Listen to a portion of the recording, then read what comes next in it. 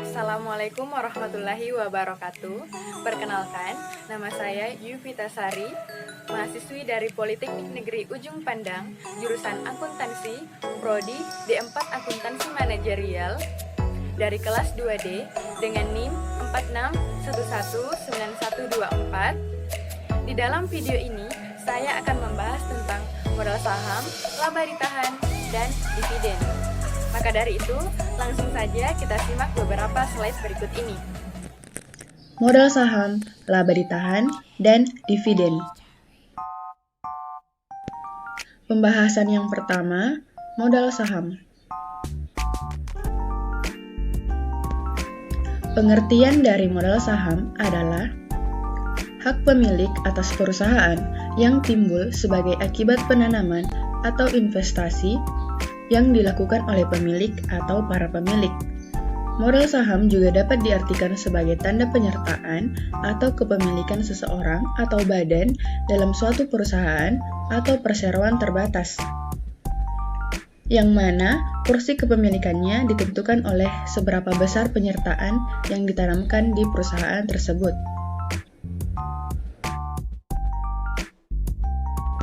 Berikutnya, hak-hak pemegang saham. Ada 4 hak, yaitu yang pertama, dapat ikut serta dalam pengelolaan perusahaan atau memilih anggota direksi dan menentukan kebijakan strategis perusahaan. Hak yang kedua, mendapat pembagian laba dalam bentuk dividen yang dibagikan oleh perusahaan. Hak yang ketiga, mempertahankan jumlah relatif saham yang dimiliki melalui pembelian saham baru yang diterbitkan perusahaan. Dan hak yang keempat, mendapatkan aktiva bersih apabila perusahaan dilikuidasi. Berikutnya, jenis-jenis saham yang terdiri dari 2. Yang pertama, saham biasa, yaitu saham yang tidak mempunyai hak istimewa dalam pembagian dividen dan pembagian kekayaan bila perusahaan dilikuidasi. Artinya, setiap lembar saham mempunyai hak-hak yang sama. Jenis yang kedua, saham prioritas atau saham preferen adalah saham yang mempunyai hak istimewa untuk didahulukan dalam hak pembagian dividen atau pembagian kekayaan bila perusahaan dilikuidasi. Khusus untuk saham prioritas atau saham preferen memiliki beberapa kelebihan. Di antaranya, yang pertama, saham prioritas kumulatif dan tidak kumulatif. Saham prioritas kumulatif adalah saham prioritas yang dividennya setiap tahun harus dibayarkan kepada pemegang saham. Jika dalam suatu tahun dividen tidak dapat dibayar, maka pada tahun-tahun berikutnya, dividen yang belum dibayarkan tersebut harus dilunasi terlebih dahulu, sehingga dapat mengadakan pembagian dividen untuk saham biasa. Saham prioritas tidak kumulatif, di mana dividen di tahun-tahun sebelumnya yang belum dibayar tidak perlu dilunasi pada tahun-tahun berikutnya. Jika akan membayar dividen untuk saham biasa, kewajibannya hanya membayar dividen saham prioritas untuk tahun tersebut. Yang kedua, saham prioritas berpartisipasi dan tidak berpartisipasi. Saham prioritas berpartisipasi adalah jika saham prioritas berhak atas dividen dengan jumlah yang sama besar dengan saham biasa sesudah saham biasa mendapat dividen sebesar persentase dividen saham prioritas. Saham prioritas tidak berpartisipasi adalah saham prioritas akan mendapat dividen sampai jumlah tertentu yang ditetapkan sesudah saham biasa mendapat dividen dengan tarif yang sama dengan saham prioritas. Yang ketiga, saham prioritas atas aktiva dan dividen pada saat likuidasi. Saham dengan preferensi seperti ini pada saat likuidasi akan tetap menerima dividen yang belum bayar, walaupun saldo laba tidak dibagi mencukupi. Sesudah melunasi dividennya, saham prioritas ini dilunasi. Jika saldo laba tidak dibagi, tidak mencukupi, maka pelunasan dividen dan nominal saham prioritas dilakukan dari modal saham yang disetor dari saham yang biasa.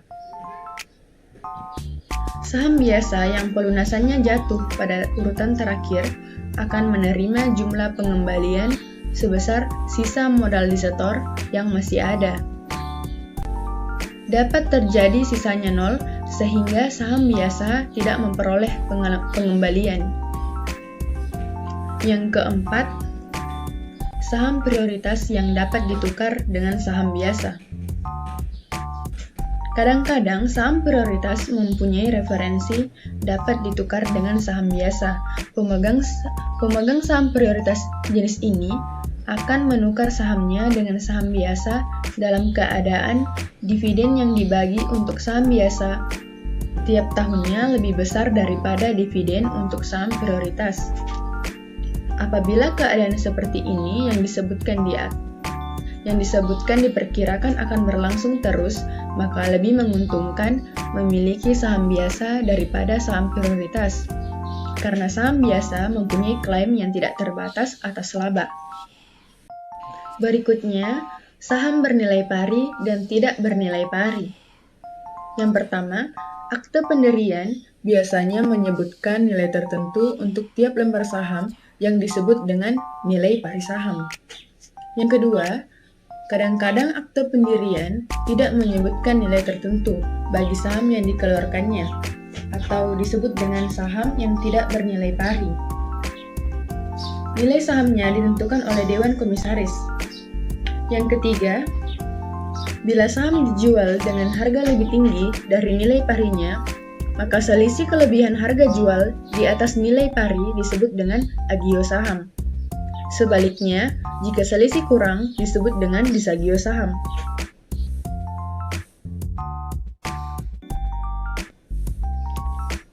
Berikutnya, ada istilah-istilah dalam modal saham yang perlu diketahui agar dapat memudahkan dalam hal pencatatan.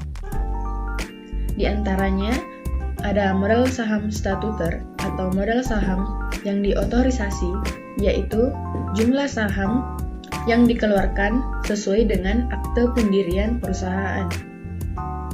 Kemudian ada modal saham yang beredar, yaitu jumlah saham yang sudah dijual atau beredar. Kemudian ada modal saham belum beredar, yaitu jumlah saham yang sudah diotorisasi tetapi belum dijual. Kemudian ada treasury stock, yaitu modal saham yang sudah dijual dan sekarang dibeli kembali oleh perusahaan. Dan yang terakhir, modal saham dipesan, yaitu jumlah saham yang disisihkan karena sudah dipesan untuk dibeli. Berikutnya, pencatatan modal saham. Kondisi yang pertama, jika terjadi penjualan saham secara tunai. Saham yang dijual secara tunai akan dicatat dengan mendebit akun rekening kas dan mengkredit rekening akun modal saham.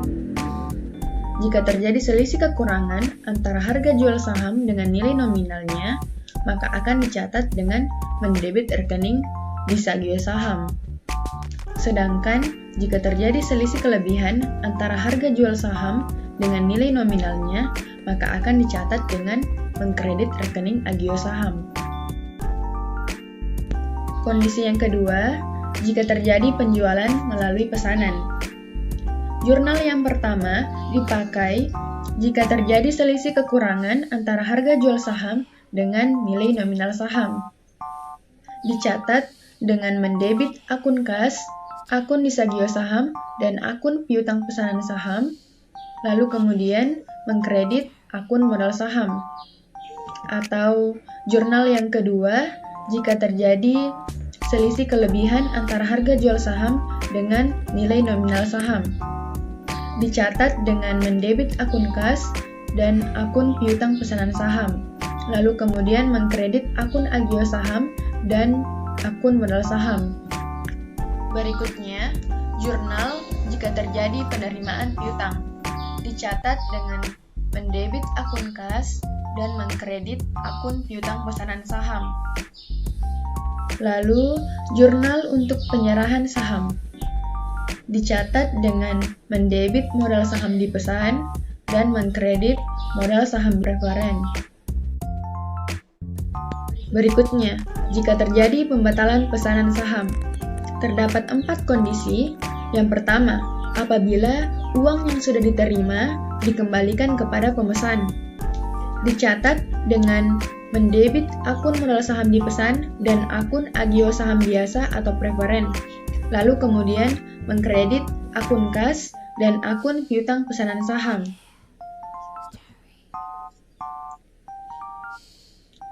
Kondisi yang kedua, apabila uang yang sudah diterima dikembalikan kepada pemesan sesudah dikurangi biaya atau kerugian penjualan kembali saham-saham tersebut. Dicatat dengan mendebit akun modal saham dipesan dan akun agio saham biasa atau preferen, lalu kemudian mengkredit akun kas dan akun piutang pesanan saham. Lalu mendebit utang pada pemesan dan mengkredit akun kas.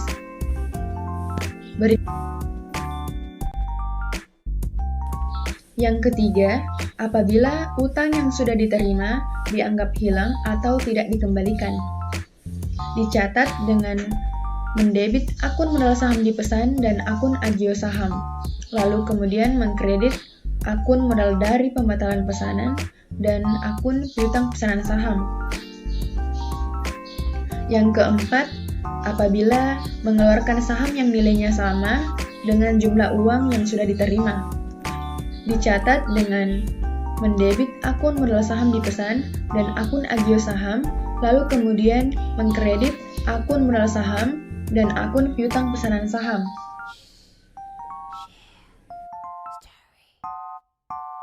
Berikutnya, dalam modal saham juga dikenal istilah stock split.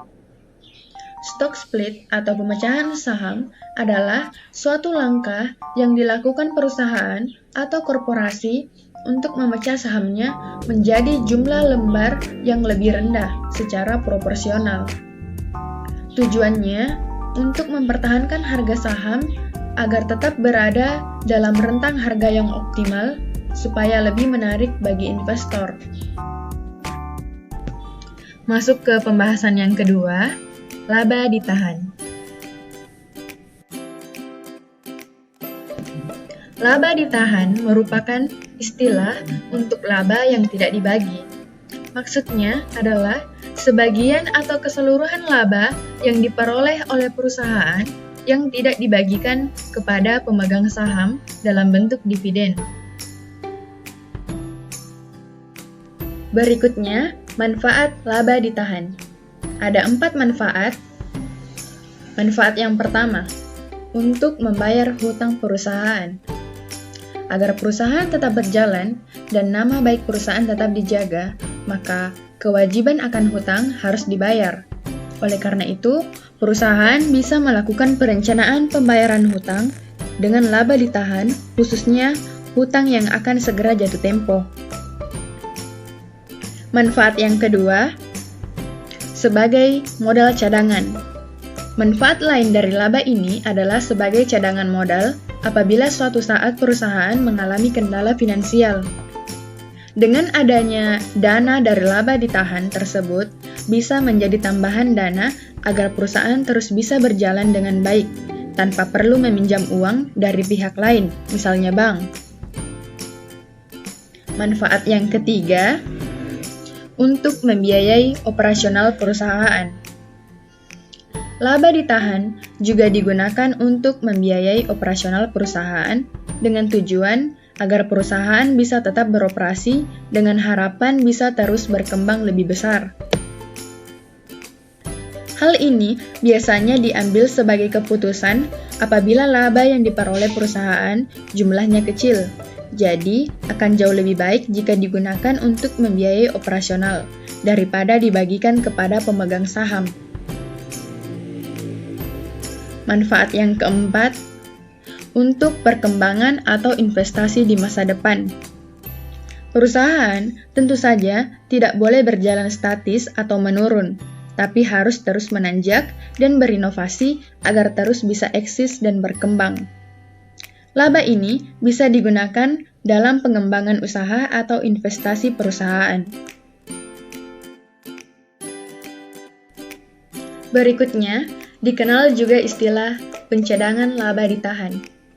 Pencadangan laba ditahan adalah penyisihan atau pencadangan sebagian dari laba ditahan untuk keperluan khusus seperti reinvestasi, ekspansi, dan sebagainya.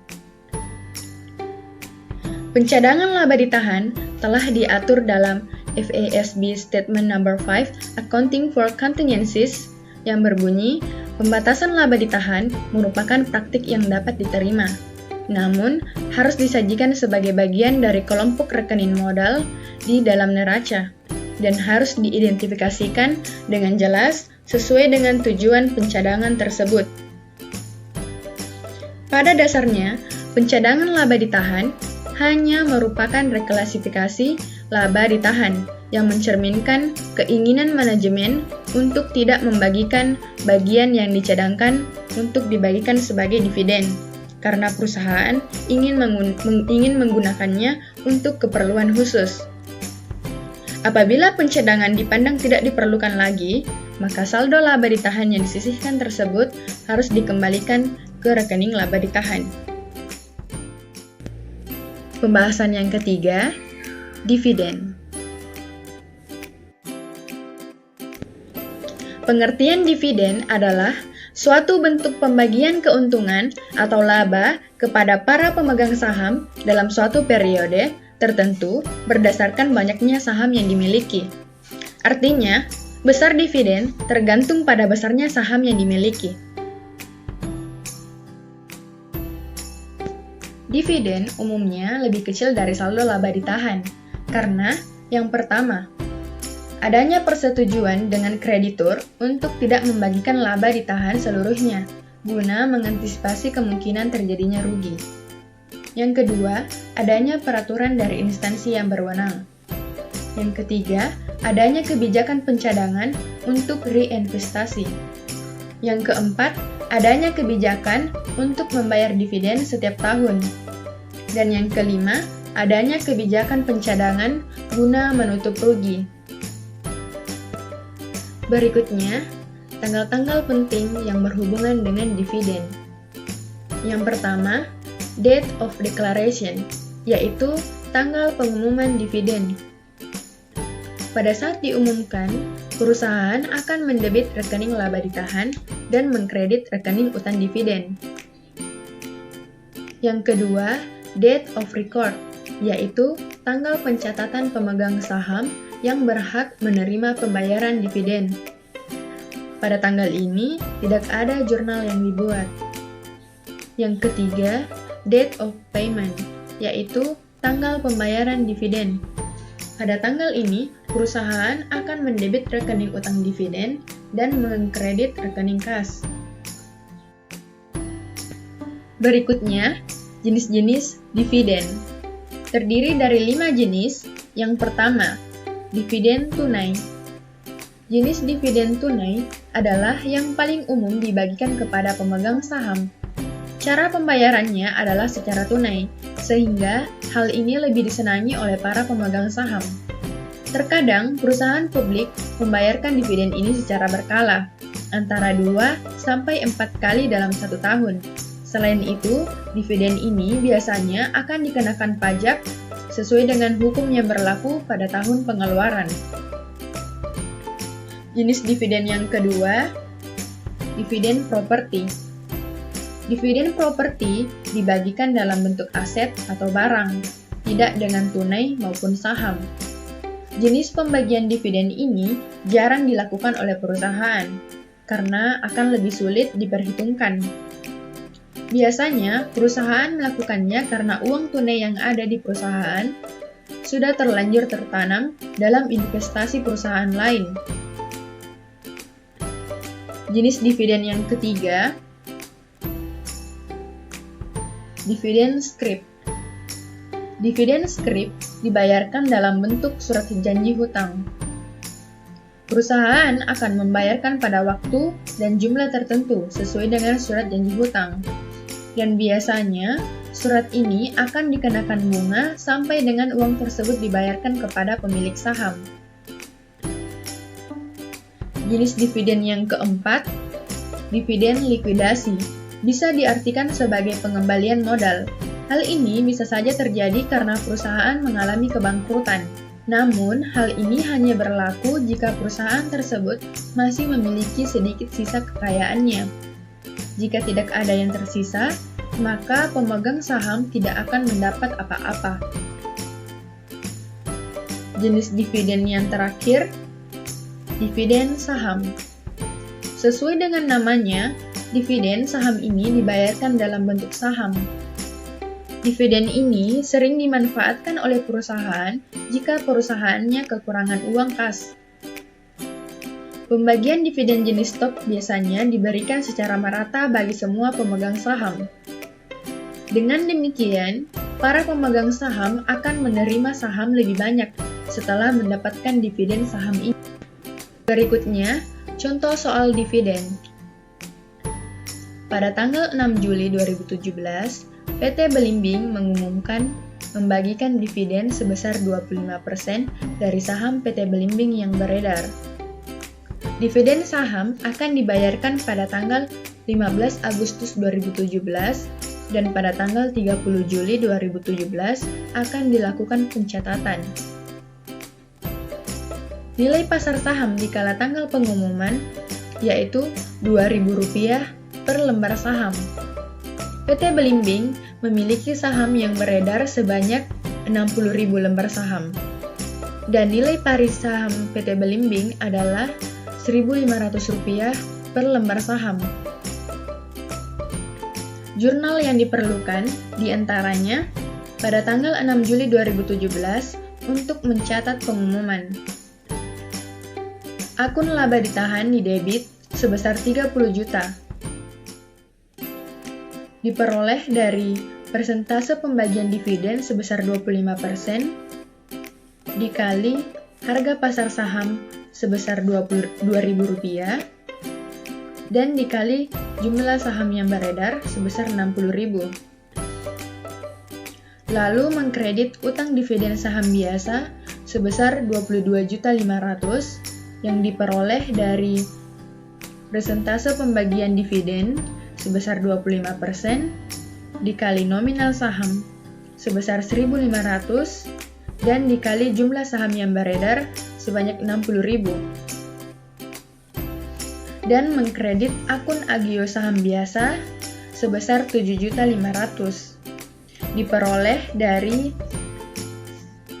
persentase pembagian dividen sebesar 25% dikali jumlah saham yang beredar lalu dikali harga pasar dikurangi harga nominal yaitu 2.000 dikurangi 1.500. Kemudian, untuk tanggal 30 Juli 2017 tidak perlu di jurnal karena tanggal ini merupakan tanggal pencatatan. Dan yang terakhir, pada tanggal 15 Agustus 2017, jurnal yang diperlukan untuk mencatat pembayaran saham adalah dengan mendebit akun utang dividen saham biasa sebesar 22.500.000 dan mengkredit akun kas sebesar 22.500.000. Demikian pembahasan tentang modal saham, laba ditahan, dan dividen. Demikianlah pembahasan saya mengenai modal saham, laba ditahan, dan dividen. Terima kasih telah menonton. Lebih dan kurangnya mohon dimaafkan. Wabillahi taufiq